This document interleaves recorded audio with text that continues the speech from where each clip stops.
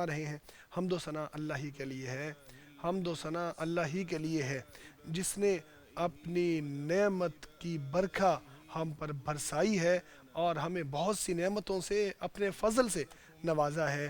اللہ نے فرمایا اللہ نے آپ کے لیے اپنی مخلوق کا سایہ بنایا ہے اور پہاڑوں کے دامن میں آپ کو سایہ اور راستہ فراہم کیا ہے، آپ کو ایسی جگہ نصیب فرمائی ہیں جو آپ کو گرمی سے بھی بچاتی ہیں اور ایسی نعمتیں بھی عطا فرمائی ہیں جو آپ کو ایک دوسرے کی طاقت سے بچاتی ہیں، آپ کو تقوی کا لباس بھی فراہم کیا ہے۔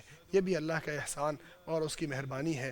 میں گواہی دیتا ہوں کہ اللہ کے سوا کوئی الہ نہیں ہے، وہ وحدہ لا شریک ہے۔ توحید اپناتے ہوئے، ایمان کو اپناتے ہوئے میں یہ گواہی دیتا ہوں۔ میں یہ بھی گواہی دیتا ہوں کہ ہمارے نبی محمد صلی اللہ علیہ وسلم اللہ کے بندے اور رسول ہیں، اللہ کے چنیدہ خلیل اور رسول ہیں۔ میں اللہ کے احکام کے سامنے سر تسلیم خم کرتے ہوئے یہی گواہی دیتا ہوں۔ میں آپ صلی اللہ علیہ وسلم پر درود و سلام بھی بھیجتا ہوں، آپ صلی اللہ علیہ وسلم کے تمام پیروکاروں پر بھی۔ اس کے بعد میں یہ کہوں گا اے اہل ایمان کہ یاد رکھو کہ تقوی وہ بہترین چیز ہے جس کو تم چھپاؤ، وہ بہترین چیز ہے جس کو تم ظاہر کرو، اور وہ شاندار چیز ہے جس کو تم ذخیرہ سمجھو۔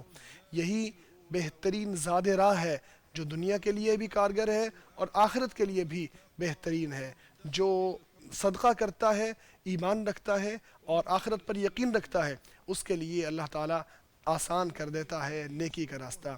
اللہ کے بندو، آج کے دنوں میں ہم جو دیکھ رہے ہیں کہ گرمی کی شدت ہے وہ بہت تیز ہو چکی ہے، یہ ایک یاد دہانی ہے، یہ رک کر سوچنے کا وقت ہے۔ یہ گرمی ہمیں یہ سوچنے پر مجبور کرتی ہے کہ اللہ کی قدرت کتنی شاندار ہے، اللہ تعالیٰ کے طریقے کیا ہیں کائنات میں، اللہ کی تخلیق میں، اس پر ہمیں سوچنے پر یہ گرمی مجبور کر دیتی ہے۔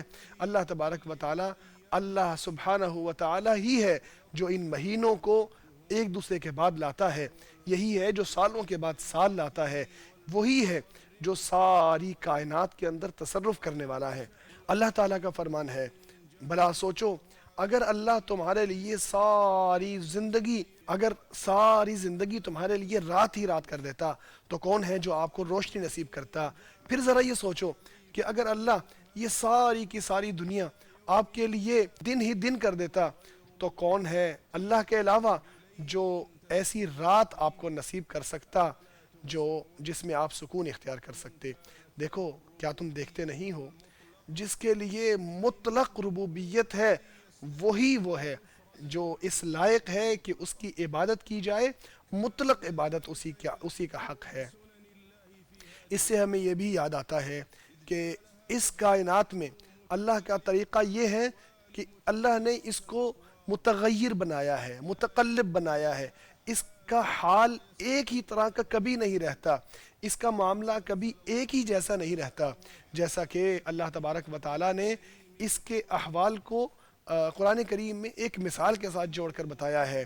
فرمایا یاد رکھو کہ یہ دنیا کھیل کود ہے، زینت ہے، ایک دوسرے پر فخر کرنا ہے اور ایک دوسرے سے اضافہ یا زیادتی بڑھوتری حاصل کرنے کی کوشش کرنا ہے، مال میں بھی اور اولاد میں بھی۔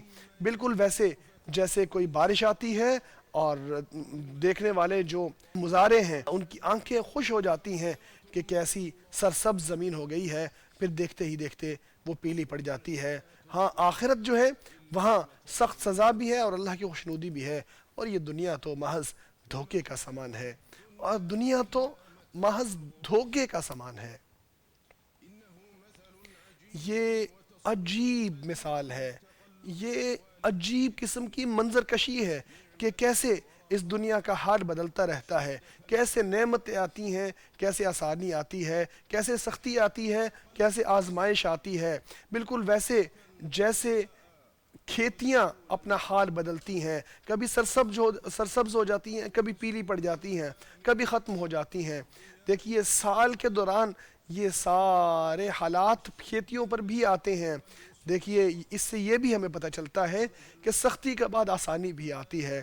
اللہ تبارک و تعالیٰ کا فرمان ہے، میں قسم کھاتا ہوں شفق کی اور رات کی، اور جب وہ چھا جائے آپ ایک دوسرے کے بعد گزرنے والے ہیں۔ اہل علم ابن عباس رضی اللہ تعالیٰ عنہما اس حوالے سے فرماتے ہیں یعنی ایک حال سے دوسرے حال کی طرف گزرنے والے ہیں۔ اس دنیا کے جو احوال ہمیں نظر آتے ہیں ان میں ہمیں یہ بھی معلوم نظر آتا ہے کہ انسان کا نفس کبھی کبھی کسی نیکی کمانے سے، دنیا کے حوالے سے یا آخرت کے حوالے سے سستی کی وجہ سے پیچھے ہٹ جاتا ہے۔ اللہ تبارک و تعالیٰ نے اس حوالے سے قرآن کریم میں فرمایا کہ منافقین جو غزوہ تبوک سے پیچھے رہ گئے ہیں وہ خوش ہو گئے ہیں کہ انہوں نے نبی پاک صلی اللہ علیہ وسلم کے ساتھ آگے بڑھ کر جہاد نہیں کیا، بلکہ وہ یہ کہہ رہے ہیں کہ جہنم میں مت کودو، یعنی آگ میں اور گرمی میں مت کودو۔ ان کو کیا معلوم کہ جہنم کی آگ اس سے بھی زیادہ گرم ہے اور اس سے بھی زیادہ تیز ہے۔ نفس تو آرام کی طرف مائل ہے، وہ چاہتی ہے کہ آرام مل جائے، لیکن جب نفس کو یاد آتا ہے کہ جب محنت کی جائے تو انسان کو بھلائیاں ملتی ہیں اور جب سستی کی جائے تو اس میں بہت نقصان ہوتا ہے، تو یہ سوچ کر انسان توانا ہو جاتا ہے اور نیکیوں میں لگ جاتا ہے۔ اللہ تبارک و تعالی ہمیں قرآن و حدیث میں برکت عطا فرمائے۔ میں اسی پر اکتفا کرتا ہوں اور اپنے لیے اور آپ کے لیے اللہ سے معافی مانگتا ہوں۔ آپ بھی اسی سے معافی مانگیے، وہ معاف کرنے والا اور رحم فرمانے والا ہے۔ فرما رہے ہیں حمد و ثنا اللہ ہی کے لیے ہے، وہی حمد و ثنا کا حقیقی مستحق ہے۔ میں گواہی دیتا ہوں کہ اللہ کے سوا کوئی الہ نہیں ہے، وہی تخلیق کو شروع کرنے والا ہے اور وہی اس پر قائم ہے، اس کو قائم رکھنے والا ہے۔ میں گواہی دیتا ہوں کہ محمد صلی اللہ علیہ وسلم اللہ کے بندے اور رسول ہیں۔ اللہ کی رحمتیں ہوں آپ صلی اللہ علیہ وسلم پر، آپ کے اہل بیت پر، صحابہ کرام پر اور آپ کی سچائی کی گواہی دینے والوں پر۔ اس کے بعد اے امت اسلام، اے امت اسلام، ہمیں یاد رکھنا چاہیے کہ اللہ تبارک و تعالیٰ کی حمد و ثنا بیان کرنا ضروری ہے، کیونکہ اس دور میں اللہ تعالیٰ نے آج کے دور کے لوگوں کو ٹھنڈک حاصل کرنے کے جو ذرائع عطا فرما دیے ہیں یہ اس سے پہلے زمانوں میں نہیں تھے۔ ان چیزوں کو دیکھ کر ہمیں اللہ کے سامنے جھکنا چاہیے، سبق حاصل کرنا چاہیے، شکر ادا کرنا چاہیے۔ اللہ کا فرمان ہے، اللہ نے آپ کے گھروں کو آپ کے لیے سکون کی جگہ عطا فرمایا ہے اور جانوروں کے کھالوں کو آپ کے لیے فائدے کا ذریعہ بنایا ہے، جس کو آپ مختلف چیزوں کے لیے استعمال کرتے ہیں۔ ان کی کھالوں کو، ان کی فر کو اور ان کے جو مختلف چیزیں ان کے ذریعے تم بناتے ہو، اس کے ذریعے تم اپنی زندگی کے گزر بسر کی چیزیں بھی بناتے ہو اور ایک وقت تک آپ ان سے فائدہ بھی حاصل کرتے ہو۔ اللہ نے آپ کے لیے سایہ بھی بنایا ہے اور جو پہاڑ ہیں ان میں بھی رہنے کے لیے آپ کے لیے جگہ بنائی ہیں، ایسی چیزیں عطا فرمائی ہیں جو آپ کو گرمی سے بچاتی ہیں، ایسی نعمتیں عطا فرمائی ہیں جو آپ کو ایک دوسرے کی طاقت سے بچاتی ہیں۔ اللہ اپنی نعمت کو آپ کے اوپر مکمل کرتا ہے تاکہ تم شکر کرو۔ تو کثرت سے اللہ کی حمد و ثنا بیان کرو، اللہ کا خوب شکر ادا کرو، اللہ سے دعا کرتے رہو، اللہ کا ذکر کرتے رہو۔ اے اللہ، ہم تیری حمد و ثنا بیان کرتے ہیں، ویسی حمد و ثنا جو تیری قدسیت کے لائق ہو۔ تو ویسا ہی ہے جیسا تو نے بیان کیا ہے، ہم تیری حمد و ثنا بیان کرنے سے قاصر ہیں۔ اس جمعے کے دن کثرت سے اللہ کا ذکر کرو اور نبی پاک صلی اللہ علیہ وسلم پر درود و سلام بھیجتے رہو۔ اے اللہ، رحمتیں، برکتیں اور سلامتیاں نازل فرما اپنے بندے اور رسول محمد صلی اللہ علیہ وسلم پر، آپ کے اہل بیت پر، آپ کے صحابہ کرام پر، آپ کی پیروی کرنے والوں پر۔ اتنی رحمتیں جو ہر اس وقت نازل ہوں جب بھی بادل چھا جائیں یا بارش کی بوندیں آنے لگیں۔ اے اللہ، اسلام اور مسلمانوں کو عزت عطا فرما دے۔ اے اللہ، اسلام اور مسلمانوں کو عزت عطا فرما دے۔ اے اللہ، اس ملک کو امن اور سلامتی والا بنا دے اور تمام مسلمان ممالک کو بھی۔ اے اللہ، اس ملک کی حفاظت فرما، سعودی عرب کی حفاظت فرما۔ اے اللہ، یہ اس کی حفاظت فرما۔ یہاں وحی بھی نازل ہوئی تھی اور یہاں ایمان بھی سمٹ کر آنے والا ہے اور یہیں پر نبی اکرم صلی اللہ علیہ وسلم کا روضہ مبارک بھی ہے۔ اے اللہ، تمام چال بازوں کی چالوں سے اس کی حفاظت فرما۔ اے اللہ، ہمارے حکمران خادم حرمین کو کامیاب فرما، اس کے ولی عہد کو بھی ان کاموں کی توفیق عطا فرما جن سے تو خوش و راضی ہوتا ہے، انہیں نیک اور پرہیزگاری کے کاموں کی طرف لگا۔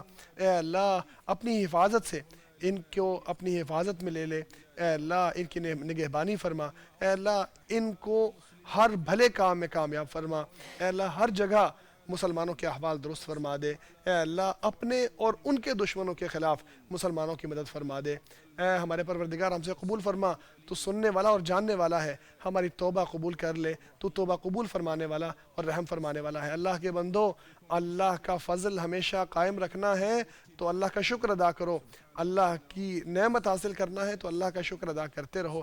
پاک ہے تیرے رب عزت کا مالک ان باتوں سے جو لوگ بناتے ہیں، سلام ہے مرسلین پر، اور ہر طرح کی حمد و ثنا اللہ رب العالمین ہی کے لیے ہے۔